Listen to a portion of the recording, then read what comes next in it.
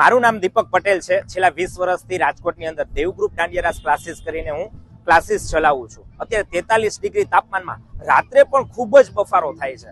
તો ગરબા રમતી વખતે અમારા સ્ટુડન્ટને કઈ તકલીફ ન પડે એટલે ખાસ કરીને કુલિંગ સ્પ્રે સિસ્ટમ અમે એક ફિટ કરેલી છે. અત્યારે હીટ સ્ટ્રોકના પણ ઘણા કેસીસ બને છે. તો ખાસ કરીને ધ્યાન રાખીને કે ભાઈ રમતા હોય તો કઈ પ્રોબ્લેમ ના પડે એટલા માટે સ્ટુડન્ટનું પણ ખાસ ધ્યાન રાખીએ છીએ. હા, ગરબા રમતી વખતે ખાસ કરી લોહી ગરમ હોય છે તો એને થોડુંક પણ પાણીનું આપણને સેજ ફુવારા થાય છે તો એ લોકોને સેજ હળવાશ લાગે છે એટલા માટે કઈ પ્રોબ્લેમ રહેતો નથી. મન પ્રફુલ્લિત રહે છે અને ગરબા રમવાની પણ ખૂબ જ મજા આવે છે. જોકે વરસાદની અંદર રેઇન ડાન્સમાં બધા રેઇન ડાન્સ કરે જ છે પણ આ ઉનાળાની અંદર કંઈક નવું લાવ્યા છે. હેલો, મારું નામ હેમાંગી ગુરબાની છે. હું 5 વર્ષથી અહીંયા દેવગ્રુપ ગરબા ક્લાસીસમાં રમવા આવું છું.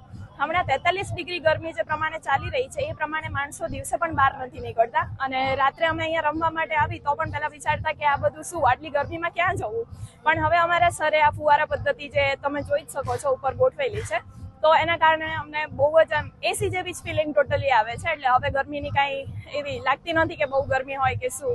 એટલે so thank you so much sir. અને